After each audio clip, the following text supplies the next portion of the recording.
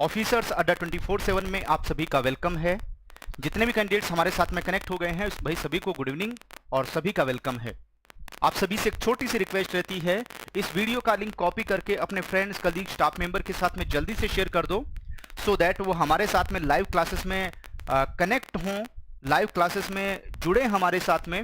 और जो आज हम क्वेश्चंस आपके साथ में डिस्कस करने वाले हैं, इन क्वेश्चंस का सभी को बेनिफिट मिले, सभी को फायदा मिले, है ना।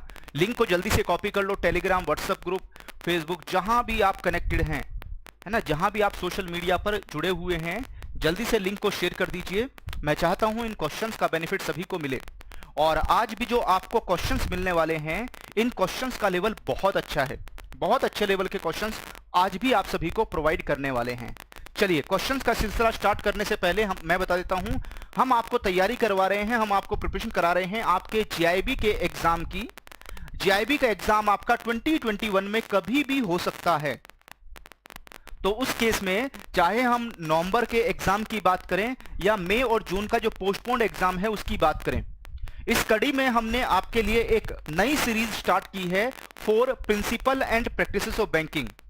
एंड इस सीरीज की ये क्लास नंबर 3 है। और इस सीरीज में हम आपके साथ में डिस्कस करने वाले हैं कुछ वेरी इंपॉर्टेंट क्वेश्चंस, जो जिस तरह के क्वेश्चंस आपके एग्जाम में पूछे जाते हैं, या जिस तरह के क्वेश्चंस आपके एग्जाम में आते हैं, और इस तरह के जो क्वेश्चंस है आपको आपके एग्जाम को फर्स्ट अटेम्प्ट, सिंगल अटेम्प्ट में क्लियर करने में यहां पर हेल्प करने वाले हैं। तो भाई फटाफट मेरे साथ में, है ना, अपना जो है ना, अपना जो रिस्पॉन्स है वो जरूर सबमिट करें। वीडियो को लाइक करें, वीडियो को शेयर करें, बस आप इतना करें, है ना। मैं यहां पर लगातार आपको क्वेश्चंस प्रोवाइड करते चलूंगा।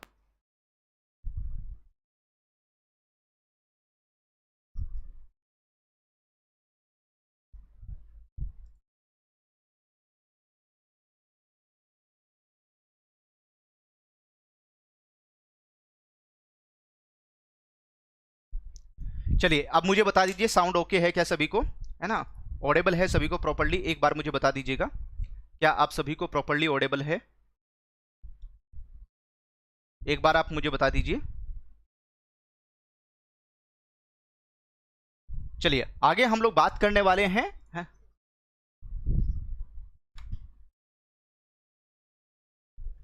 चलिए हाँ, चलिए अब मुझे लगता है वॉइस सभी को ओके हो गई है। एंड अब हम लोग बात करेंगे क्वेश्चंस की। और पहला क्वेश्चन, फर्स्ट क्वेश्चन आपके सामने स्क्रीन पर आ गया है। अगर मैं क्वेश्चन नंबर 1 की बात करूं, क्वेश्चन नंबर 1 किससे रिलेटेड है? क्वेश्चन नंबर 1 क्या कहता है? क्वेश्चन नंबर वन कहता है इक्विटी लिंक्ड सेविंग स्कीम, इनको बोलते हैं ELSS, है ना, these are known as ELSS scheme. इसको कहते हैं इक्विटी लिंक्ड सेविंग स्कीम्स के नाम से जाना जाता है। Popularly known as ELSS are close-ended schemes. Lock-in period is जो ELSS स्कीम होती है उसमें लॉक-इन पीरियड कितना होगा? ऑप्शन नंबर ए कहता है 1 year diversified equity scheme offered by mutual funds in India. Option number B कहता है 2 years diversified equity scheme offered by mutual funds in India. Option number C कहता है 3 years diversified equity scheme offered by mutual funds in India. और option number D कहता है 5 years, है ना, diversified equity schemes offered by mutual funds in India. What is the correct answer of this question? इस question का correct answer क्या है वो आपको मेरे साथ में शेयर करना है। एक सेकेंड में साउंड चेक कर लेता हूं।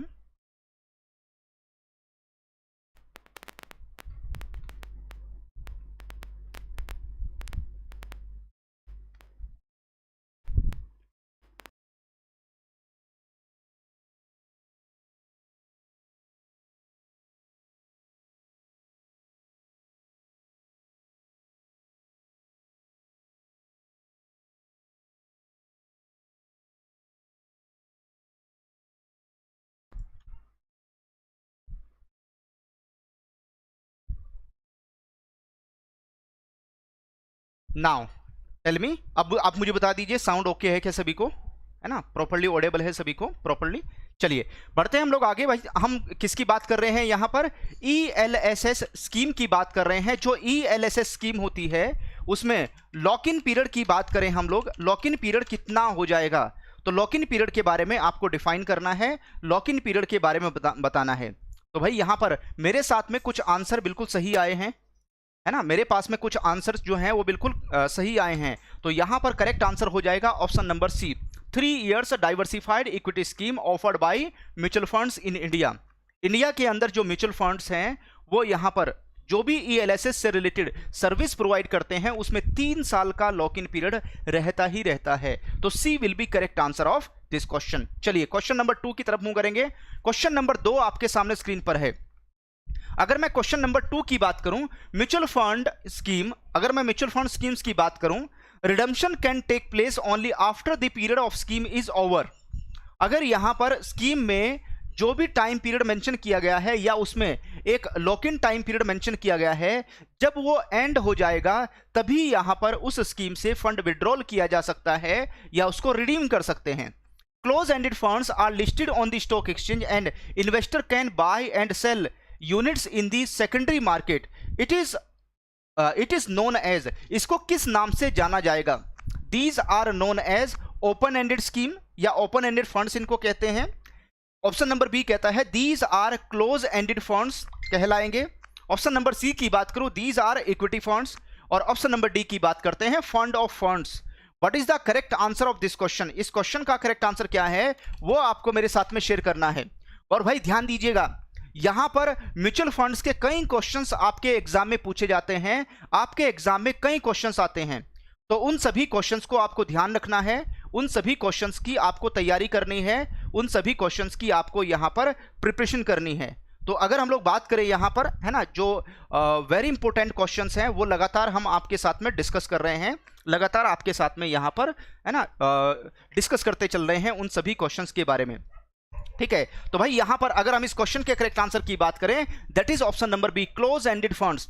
क्लोज एंडेड फंड्स कौन से फंड्स होते हैं? इसमें भी एक लॉक इन पीरियड होता है। ऐसी म्यूचुअल फंड स्कीम्स जिसमें अगर आप एक बार इन्वेस्टमेंट करते हैं या अगर आपने एक बार इन्वेस्टमेंट किया तो इन दैट केस, उस केस में 3 साल से पहले आप उससे फंड विड्रॉल नहीं कर सकते।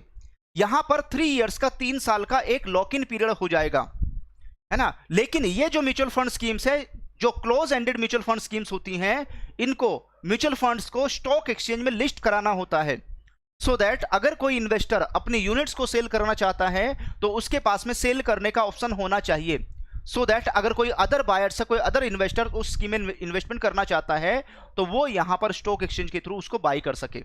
तो in that case these are known as close ended funds. क्या कहते हैं इनको? क्लोज एंडेड फंड्स के नाम से जाना जाता है। मतलब आप एंट्री कर सकते हैं, आप इन्वेस्टमेंट कर सकते हैं, लेकिन विड्रॉल नहीं कर सकते। ओपन एंडेड फंड्स कौन से होते हैं? जिसमें किसी भी समय एंटर कीजिए, किसी भी समय इन्वेस्टमेंट कीजिए, किसी भी समय विड्रॉल कीजिए, देयर इज नो रिस्ट्रिक्शन। चलिए क्वेश्चन नंबर 3 की तरफ मूव करेंगे। क्वेश्चन नंबर 3 आपके सामने स्क्रीन पर है।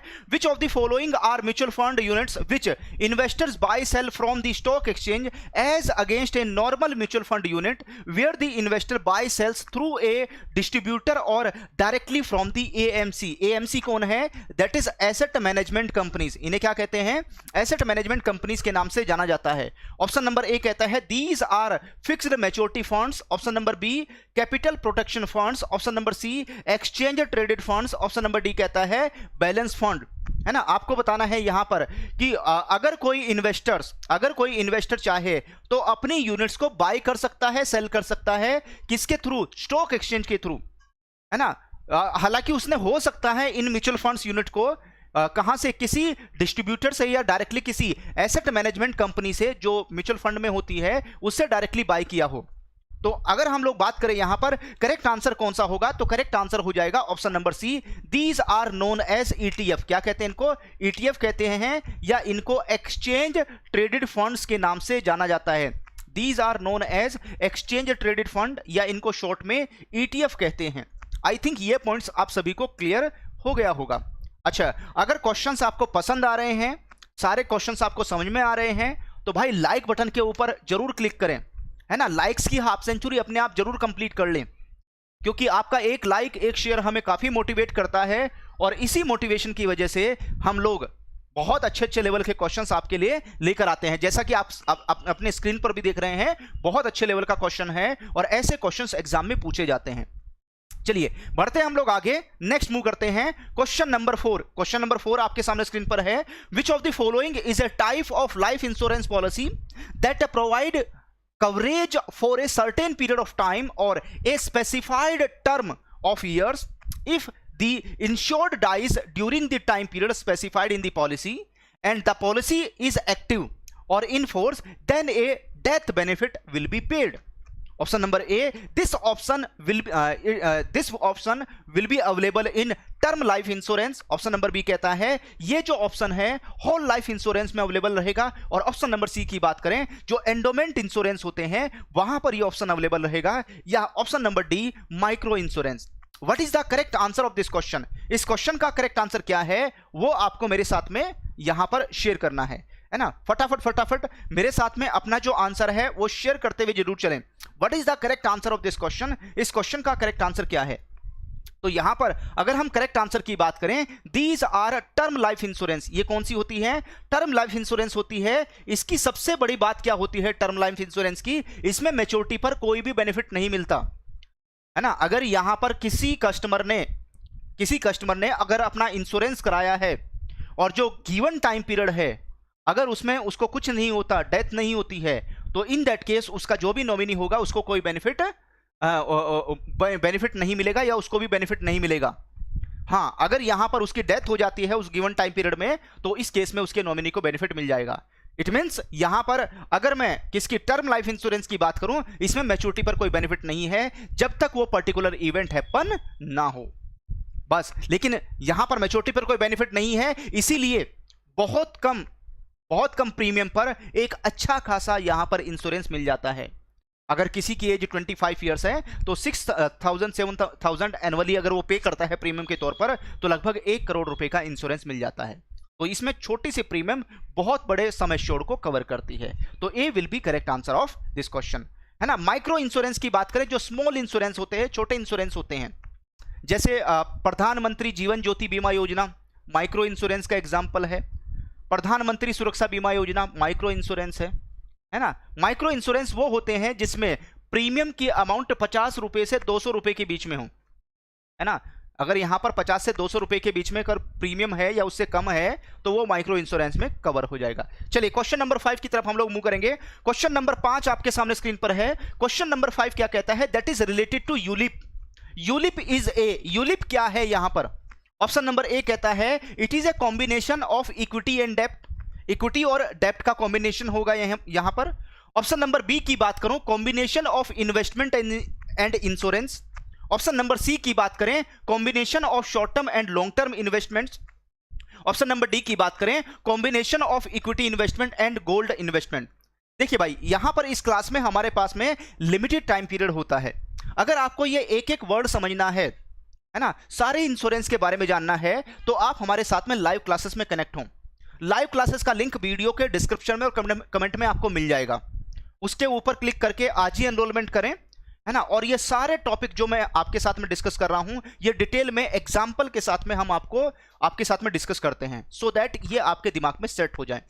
लिंक आपको वीडियो के डिस्क्रिप्शन में दिया गया है और 77% का डिस्काउंट भी चल रहा है। गारंटीड डिस्काउंट मिलेगा अगर आप यहां पर कूपन कोड Y195 यूज करेंगे, या डायरेक्टली adda247.com पर विजिट कर लीजिए, है ना। जब कोर्स में एनरोलमेंट करेंगे, प्राइस के नीचे आता है व्यू ऑफर, उसके ऊपर क्लिक करके टाइप कर लो कूपन कोड Y195, अप्लाई के ऊपर क्लिक कर दो, 77% का गारंटीड डिस्काउंट मिलेगा। ठीक है, तो लर्न कीजिए, एक एक टॉपिक को समझिए। चलिए, यूलिप की हम लोग बात कर रहे थे यहां पर। भाई अगर हम लोग यूलिप की बात करें, it is a combination of investment in insurance. ULIP क्या है? यूलिप यहां पर किसका इसको इन्वेस्टमेंट और इंश्योरेंस का कॉम्बिनेशन होता है। इट मींस इसको मैं इन्वेस्टमेंट कम इंश्योरेंस कह सकता हूं। यूलिप क्या है? That is investment come insurance. अच्छा, आप मेरे साथ में यूलिप का फुल फॉर्म भी डिस्कस करें। बताएं मुझे कि what is the full form of ULIP. Video के नीचे कमेंट करके मुझे बताएं कि भाई यूलिप का पूरा नाम क्या है, यूलिप का फुल फॉर्म क्या है। कभी कभी आपसे एग्जाम में आधे नंबर पे पूछा जा सकता है कि यूलिप का पूरा नाम बताइए। चलिए आगे बढ़ते हैं, हम लोग क्वेश्चन नंबर 6 की तरफ मूव करते हैं। क्वेश्चन नंबर 6 आपके सामने स्क्रीन पर है। अगर मैं क्वेश्चन नंबर 6 की बात करूं, in the case of non payment of invoices by a customer, अगर कस्टमर की तरफ से यहां पर किसी इनवॉइस का मतलब होता है बिल, अगर इसका पेमेंट नहीं होता, the factor will recover the amount advance from the client, it is known as, इसको किस नाम से जाना जाएगा? ऑप्शन नंबर ए कहता है this is known as recourse factoring. Option number B की बात करूं, this is non recourse factoring. Option number C की बात करें, इंटरनेशनल फैक्टोरिंग। और ऑप्शन नंबर डी की बात करते हैं, guaranteed factoring. What is the correct answer of this question? इस क्वेश्चन का करेक्ट आंसर क्या है वो आपको मेरे साथ में शेयर करना है।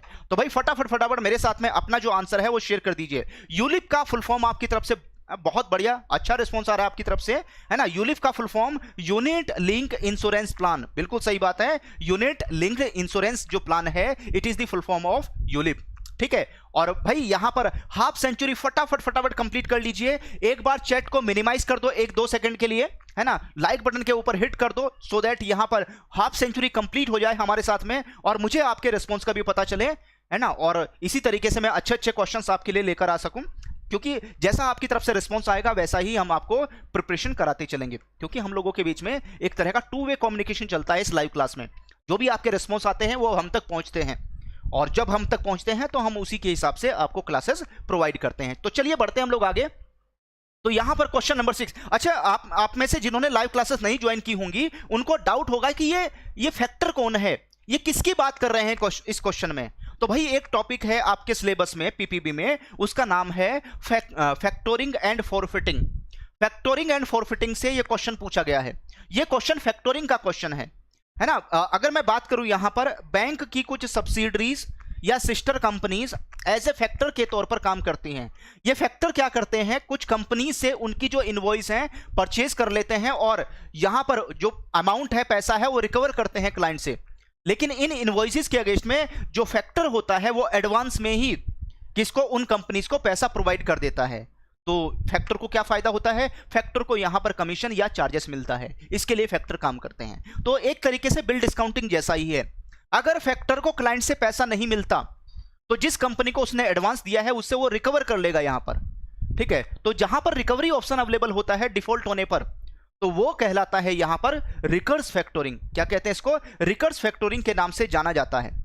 अच्छा, अगर ये टॉपिक आपको फैक्टोरिंग का लर्न करना है तो इसके ऊपर हमने एक कंप्लीट वीडियो भी प्रोवाइड की हुई है फॉरफिटिंग एंड फैक्टोरिंग को लेकर, बहुत सारे एग्जांपल, क्योंकि जो फॉरफिटिंग एंड फैक्टोरिंग कम से कम 30 से 40 मिनट्स का टॉपिक रहता है। 30 से 40 मिनट मैं इसके बारे में डिस्कस करता हूं आपके साथ में लाइव क्लासेस में, ठीक है। तो वहां पर मेरे साथ में कनेक्ट हो, जुड़े, एक एक पॉइंट को, एक एक शब्द को अच्छे से लर्न करें, है ना। अगर आप मेरे साथ में कनेक्ट हो जाएंगे, मैं यहां पर यकीन के साथ में कह सकता हूं कि फैक्टोरिंग एंड फॉरफिटिंग आप कभी नहीं भूलेंगे क्या होता है।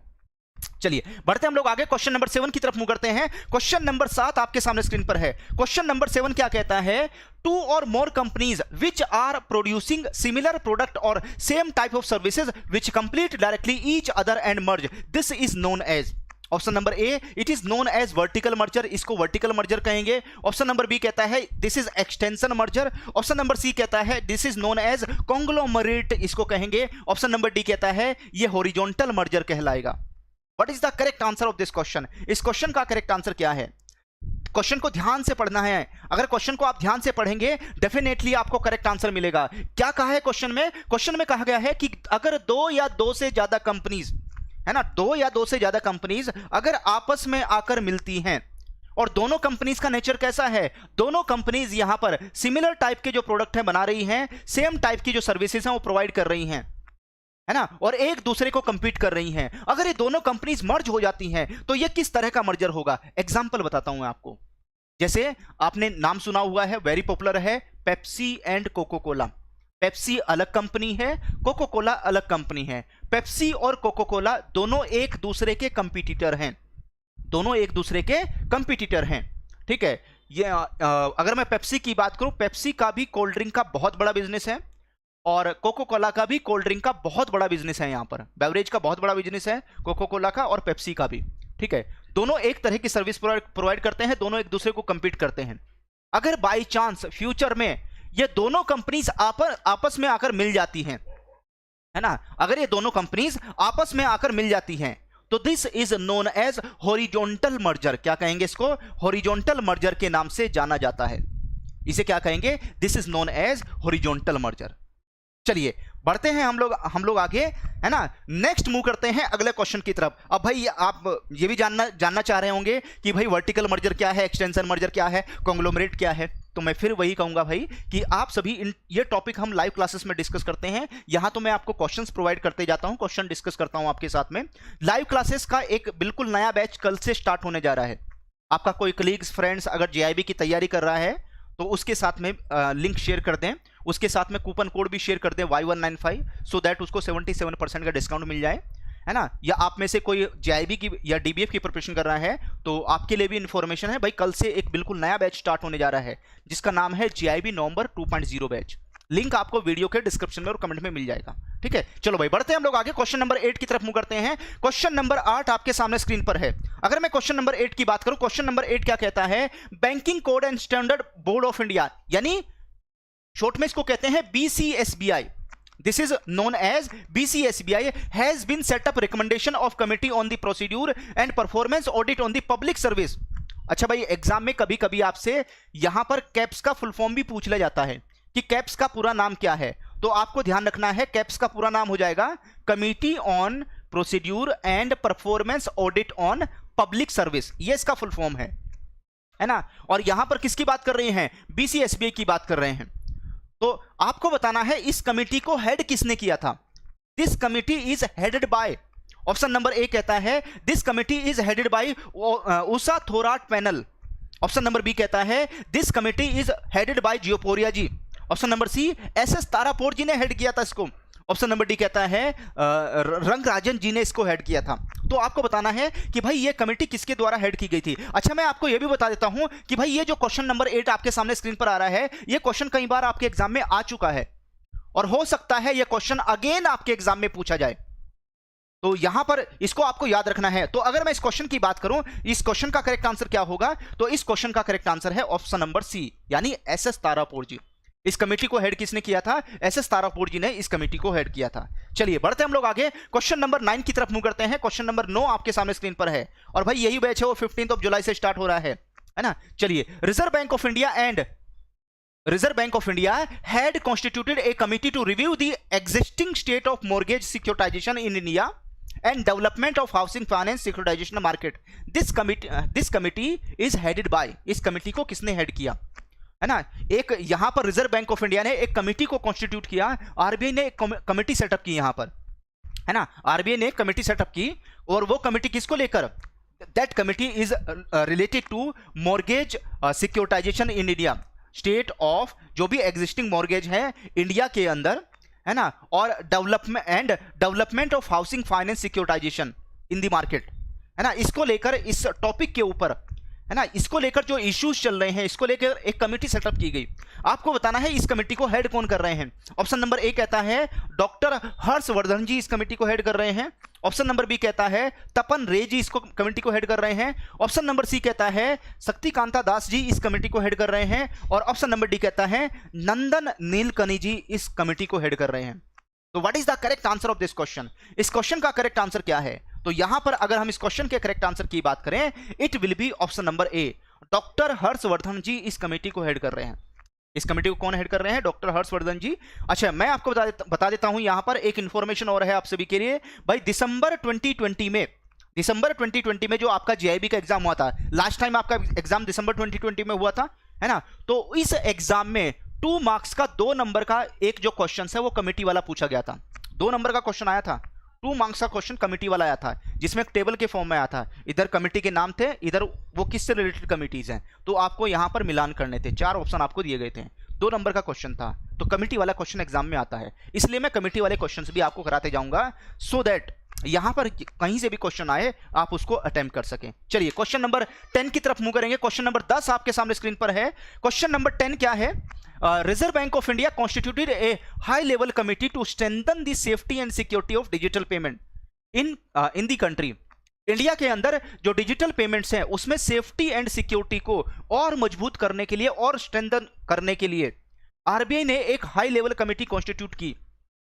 आपको बताना है इस कमेटी को कौन हेड कर रहे हैं। This committee is headed by, option number A कहता है this committee is headed by UK Sinha ji. Option number B कहता है this committee is headed by Nandan Nilekani ji. Option number C कहता है this committee is headed by Tapan Ray ji, और ऑप्शन नंबर डी कहता है this committee is headed by Meena Hemchandra जी।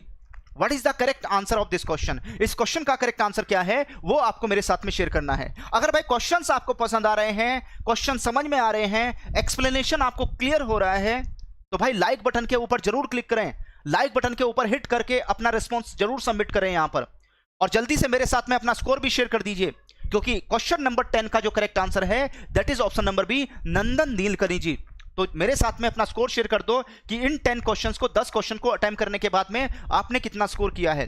और ये सारे टॉपिक लर्न करने के लिए, चाहे मैं पीपीबी की बात करूं, अकाउंट्स की बात करूं, लीगल की बात करूं, एक एक टॉपिक को डिटेल में हम आपके साथ में डिस्कस करते हैं एग्जांपल के साथ में। कॉन्सेप्ट क्लियरिटी के ऊपर हमारा फोकस रहता है, सो दैट एग्जाम में कैसा भी क्वेश्चंस आ जाएं आप उसको इजीली अटेम्प्ट कर सकें। तो कल से एक नया बैच स्टार्ट होने जा रहा है 15 जुलाई से। बैच का लिंक आपको वीडियो के डिस्क्रिप्शन में और कमेंट में मिल जाएगा। इसका नाम है जीआईबी नवंबर 2.0 बैच। तीनों पेपर की प्रिपरेशन आपको कराई जाएगी, है ना, सो दैट आपका जीआईबी का exam first attempt single attempt में क्लियर हो जाए। चाहे मैं मई और जून में जो एग्जाम होने वाला था पोस्टपोन्ड एग्जाम की बात करूं, या नवंबर में जो एग्जाम होने वाला है, उन दोनों ही एग्जाम में ये बैच आपको काफी हेल्प दिलाने वाला है ना। तो अगर मैं बात करूं यहां पर, है ना, आपको ये जीआईबी नवंबर 2.0 बैच क्यों ज्वाइन करना चाहिए भाई? अगर आप अपना exam first attempt single attempt में क्लियर करना चाहते हैं तो कॉन्सेप्ट इज पावर, कॉन्सेप्ट के ऊपर आपको काम करना होगा। तो इसके लिए आपको 150 आवर्स की लाइव क्लासेस प्रोवाइड की जाएंगी। अगर आपकी कोई लाइव क्लास मिस हो जाती है ना, या आपका कोई ऐसा शेड्यूल है कि लाइव क्लास आप ज्वाइन नहीं कर पा रहे, तो हर लाइव क्लास का आपको रिकॉर्डेड वीडियो मिलेगा, और यहां पर रिकॉर्डेड वीडियो को आप अड्डा 24/7 एप्लीकेशन में डाउनलोड भी कर सकते हैं। डाउनलोड करने का ऑप्शन भी अवेलेबल है, जब आपके पास समय हो, टाइम हो, उसको देख लीजिए। Watch any time anywhere. इसके साथ साथ आपको 61 ई बुक्स मिलेंगी, सो दैट रिवीजन करने में आपको आसानी हो, है ना, आप इजीली बैठकर रिवीजन कर सकें। और इसके साथ साथ यहां पर एएफबी के 30+ टॉपिक वाइज क्वेश्चंस की ई बुक्स मिलने वाली हैं। पीपीबी और एलआरबी के आपको 60+ टॉपिक वाइज जो टेस्ट सीरीज हैं, प्रैक्टिस सेट हैं, वो आपको मिलने वाले हैं, सो दैट टॉपिक की कॉन्सेप्ट क्लियरिटी आपकी अच्छी हो जाए। कैसे इस बैच में एनरोलमेंट करना है और ये बैच आपको कितने का पड़ेगा, है ना, तो सबसे पहले भाई मैं आपको बता देता हूं, यहां पर आप कूपन कोड यूज करें Y195, इससे आपको 77% का जो ऑफ है वो मिल जाएगा।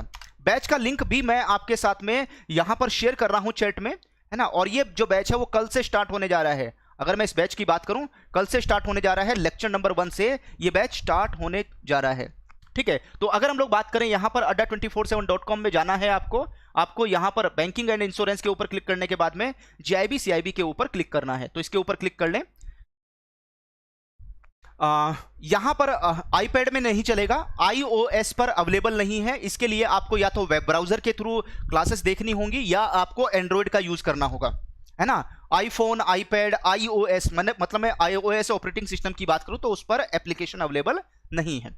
चलिए, तो यहां पर मैं आपको बता देता हूं कि आपको विजिट करना है adda247.com पर, और जीआईबी सीआईबी के ऊपर क्लिक कर लें, और यहां पर जीआईबी नवंबर 2021 के ऊपर क्लिक कर लें, या जो मैंने आपके साथ में लिंक शेयर किया है उसके साथ में उसके ऊपर आप क्लिक कर लें। जैसे ही आप उसके ऊपर क्लिक करेंगे, ठीक है, तो स्टार्टिंग में ही आपको जीआईबी नवंबर 2021 ऑनलाइन लाइव क्लासेस मिल जाएंगी। इसमें आपको क्या करना है, जीआईबी नवंबर 2.0 के ऊपर आपको क्लिक करना है। जैसे ही आप इसके ऊपर क्लिक करेंगे, है ना, इसके ऊपर क्लिक करने के बाद में यहां पर इस बैच की सारी डिटेल आपको मिल जाएगी, और इसकी 6 मंथ की 6 महीने की वैलिडिटी मिलेगी, और बैच की जो टाइमिंग है वो 7:30 PM से स्टार्ट हो जाएगी। और आपको क्या करना है, यहां पर जो प्राइस है, प्राइस के नीचे है व्यू ऑफर, इसका फायदा जरूर उठाएं, इसका बेनिफिट जरूर उठाएं।